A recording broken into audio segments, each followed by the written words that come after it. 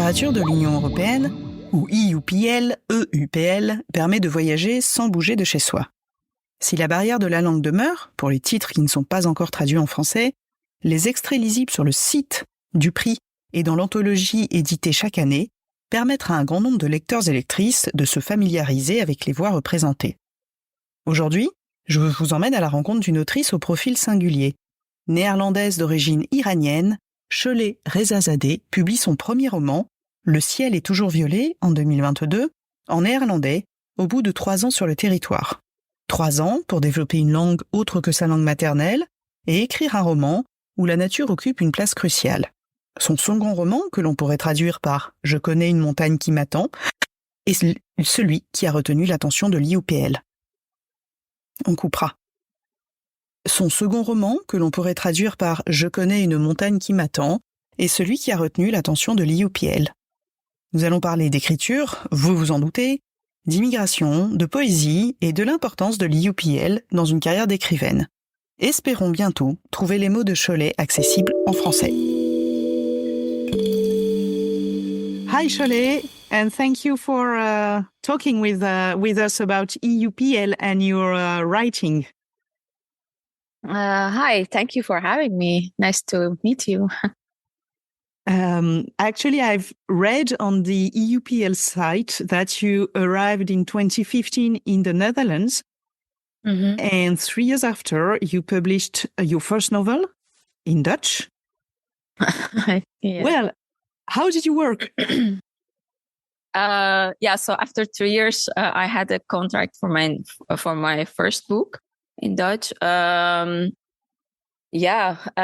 was always wanted to be a writer since I was young, and I had to wait because my parents, but also everybody, my teachers, everybody says like writing is not really something serious. You can always do it. So I have studied medicine when I was in Iran, and I graduated as a doctor.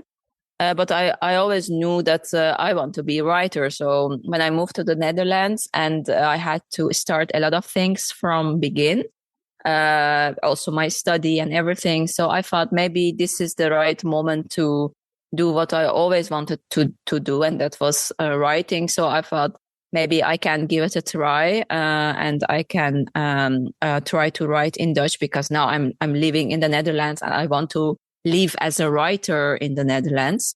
So I started learning language, and it went quite good. So I didn't know it, that I had talent for learning languages, but it did. It went very good, and I was really trying to get into the literary world in the Netherlands, because I didn't really have an idea about how does it work. Or I have read a lot of European books, but never a Dutch book. So I didn't also know what people like, what do they read.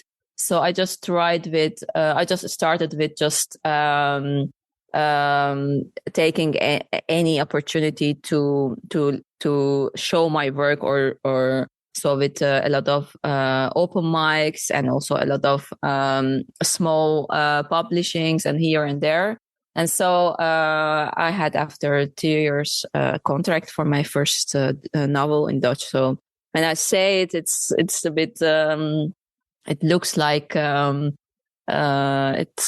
it's very complicated, but also not. I think it's a matter of, I really wanted to do it, and I was waiting for so long. So I thought, okay, now I have to do it. So I had a lot of motivation. I think that was the best reason to be quick. And you said you wanted to live as a writer in Netherlands. Is it possible to only live from writing in the Netherlands, or do you manage with different jobs? So at the first years, not really. I was doing a lot of things to have a kind of normal life here. But the last 2-3 years, actually, since my first novel got kind of success in the Netherlands. Yes, I don't do anything else, fortunately. So just especially writing and also performing, and some other projects, but everything in the direction of writing. So that's so it is possible. And you said you have always wanted to be a writer. So I guess you used to write before arriving in the Netherlands, and you have been practicing writing since a long time. Yes. Yes. So even before I went to the school, I tried to memorize all these poems of Rumi, or I was hearing, especially my father reading them, and I was really trying to memorize them. And so I was really into the poetry and into the writing. And I was writing, but mostly for myself, and not really for not really professional. So I didn't also study anything in this about writing or creative writing, but I have read a lot of books, and I really practiced a lot. And I think so I was, yes, for a while I was writing, but not really officially. I was not really officially a writer. And also because actually, honestly, I didn't also have a lot of time when I was studying medicine. It's quite heavy. And yeah, even on the weekend, even at the evenings, you are always busy and you have to really do a lot of things. And before that, also at school, it was always a little bit busy. So I didn't also really have time to maybe to put a lot of effort and energy there. But in my mind, I was always busy with writing, yes. And you said you are very inspired by poetry. You have published a collection of poems. Is it right? Yes. So my first poetry collection is just published like 1 month ago. I'm writing poetry for quite long, and what I said, I even started with poetry. And as someone who grew up in Iran, is poetry is everywhere in Iran. It's like a lot of poetry we also learn at school, but also at the television, radio, on the street. Everybody is like always busy with poetry, and even like we even celebrate New Year at the tomb of one of the most big poems of Iran, Hafiz. And a lot of people, also young people, still after like 100 years, they still come and celebrate poetry together. And it's very often that's even, I don't know, if you go somewhere to have a dinner, you also exchange some poetry with each other. And everybody, I'm sure everybody has written ever a poem. So it's very normal. It was for me very normal to be in touch with poetry, but also I really liked it also myself. So, but I have never published poetry, at least not as a book.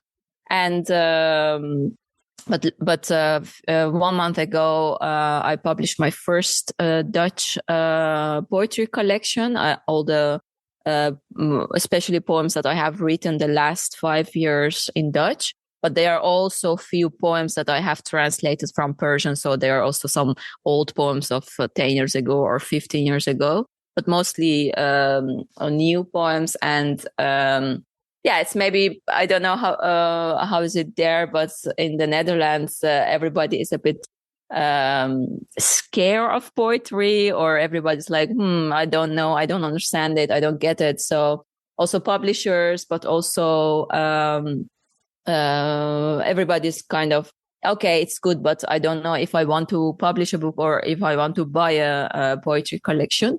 But it's very interesting that within 2 or 3 weeks, we already have sold the first edition out. And so I'm very happy. It's like, yes, poetry is always, it always finds its place, I think. Well, it seems. Yeah. Yeah, I think it's really now, especially now, we need poetry more than ever. It's like it's a kind of time of isolation and a kind of we are really trying to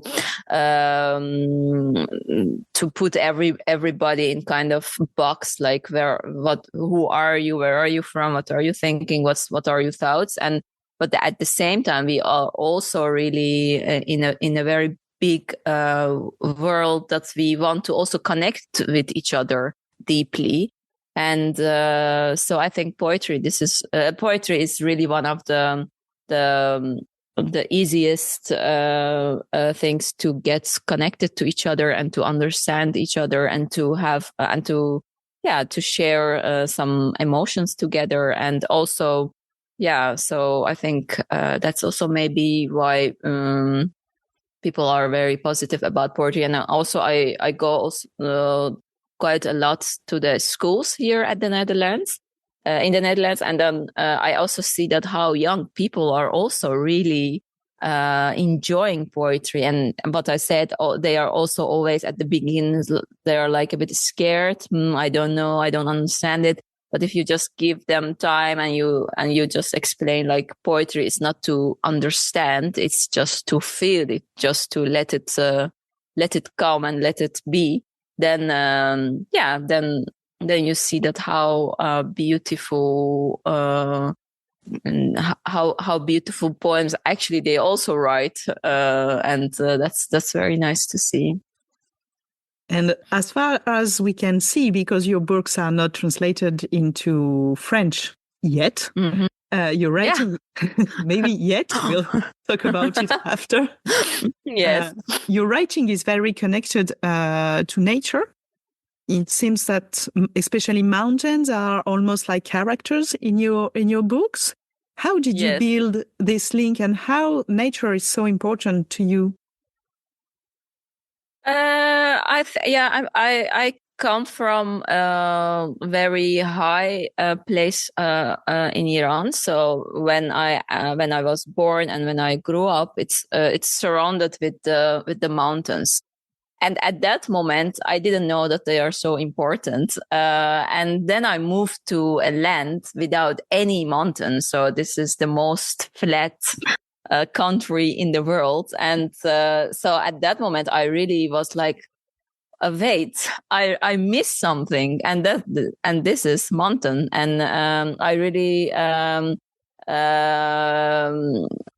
I really like how the mountains, how old they are, and how they are full of history and also very strong, and they are always there. They like I really miss that feeling, like looking somewhere and see, okay, this mountain is still there. It's always there. And when I moved to the Netherlands, I think the first years of immigration for everybody is very challenging, and it's quite lonely. And before you learn the language, before you understand the culture, before you find your place, you are quite on your own, or at least you are very busy with thinking about everything and what are you going to do. And one of my first friends here was a tree in front of my house, because every day, every morning, the tree was there and without any appointment, without any language, without any goal, we could just be together. And that was maybe that also was extra motivation to think more about nature, about and also of course about the mountains that I was missing, but especially about nature and how trustable and how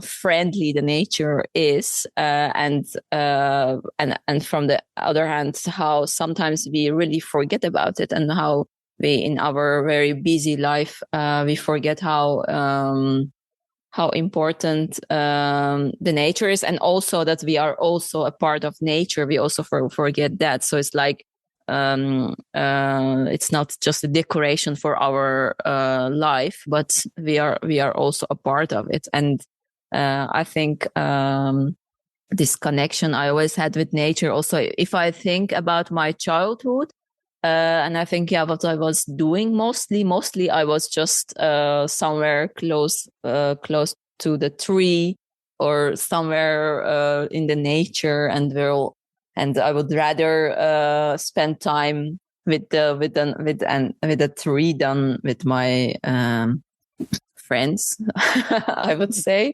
So I don't know, something in me, maybe it has always been like this, but especially since I moved to the new country, I see it and I feel it more, because you don't need any language to get connected to a tree or to everything. So that's very inspiring for me. And your first book talked about a girl who leaves Ireland for the Netherlands. And the new one talks about someone who lives in the Netherlands and goes to Ireland. Have you been writing like a mirror or two sides of a story, or are they totally distinct from each other? So what I write at the end, I write it so it's somehow it's connected, but I think these two books, they are quite different. So the first book is about a young lady who has just moved to the Netherlands and trying to understand the Netherlands, but also trying to understand actually also her own life, her own past life. And she tries really to connect to the people, and she also really she has also a lot of love for the trees. And the second book, it's mostly about a group of nomadic people in Iran that they are living by a river, by a wild river. And the river is telling their story. So the river is telling us the story of this nomadic people, and it's also kind of in love with one of these nomadic people, and but also another story of a woman in Amsterdam who also is living by a river and has completely different life and very busy. And I think what we all a bit experience in the typical busy city life, like always busy with work, but also sometimes really lonely and really thinking about, what am I doing in my life? Like just working and then trying on weekend, trying to forget everything. And then again, and this woman travels to Iran and meet this nomadic people, and that's how these two stories come together. So I think they are quite different, but also I think in both books these characters are longing to something that they don't have. And are really struggling with kind of loneliness, of kind of feeling a bit different in the where they are and with the people around them. So I think, and also again, in both of them, nature, it's very important. And it's what you said, it has a kind of actually character. So, I think they are very different, but also, of course, you read some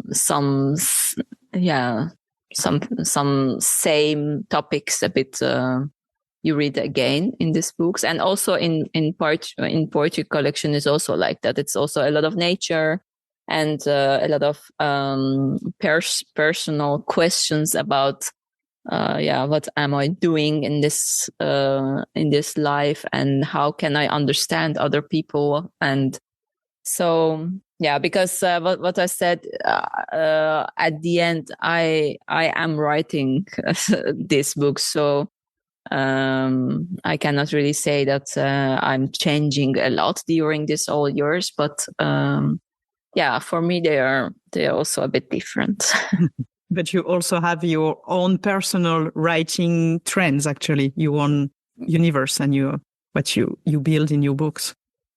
Yeah, and I think it's like I really write what I feel, and also I get also another inspirations of my dreams. Sometimes I just literally write my dreams, and some of or even some of poems I have just dreamed about the poem and I just wrote it down. So I think I don't really think a lot about what am I going to write about. I just write what I feel and what it comes. But as you said, they are mostly there is a kind of harmony between all the topics and all these stories. And what does the EUPL mention? You had a mention this year. What does it bring to you, maybe in terms of visibility, of translation? Can you say a little bit which countries are going to publish you and translate you, or is it confidential? So it's we have already sold the rights to very small countries, so like Bulgaria and Macedonia. And I have been last week in India for a week because of this prize. So they have a literature festival in India, and each year they also invite one of the winners of a European Prize for Literature. So I think, or I hope, that also in India will be published, and we have we have a kind of English translation, but not publisher yet. So I hope that it's kind of a begin of more countries, and I cannot really say something, but I think what I saw in India, and also whenever I talk with people from other countries, it's like everybody's like, oh yes, it also can work here, it also can work there, because I think the topics that I am writing about, they are quite universal, and language is always a barrier. So, and I think at the end, we as people, we are really just sharing some very basic emotions together, and so that's also why all the stories and all these tears and everything is after all these years of humanship, they still exist in all these languages. So I hope that it will open all these new doors for me, but it's a bit, it was not like, now I won the prize, so now I have a lot of translation. I think it's a bit step by step. So this kind of interviews, and also some lectures here and there, I think they will help for sure. They are helping, and they will help more for the visibility. So I hope we will soon read you in French. Yeah, French literature is really, I grew up also with French literature. We have a lot of, or especially in Iran, there are a lot of French books translated, and everybody appreciated a lot. But yeah, I think everywhere in the world, French literature is and always have been one of the best ones. So yeah, I hope so. And I think I can imagine what I have read from all these French authors. I can really imagine that people also in France, they can really connect to my work. And to finish, are you working on something at the moment? Are you writing something, maybe a new novel or more poetry? Or can you say a few words about your projects? So poetry, what I say, I always like poetry. It's like whenever it comes, I write it down, but I'm not really planning now to publish another poetry collection soon. But I have ideas for a new novel. And I didn't really start with writing because most of the time I have an idea and then I think about it, or I do research about it like for at least 2 years. And then after that, I start with writing. So now I am sitting in this phase of just picking up information for my ideas, or just trying to, especially just trying to think about it and have a kind of more inspiration about what am I going to write about. So it's kind of, not really active, but also active. Yes. So thank you very much for your time and for this interview about your writing and your inspiration. Thank you very much for having me and for your nice questions.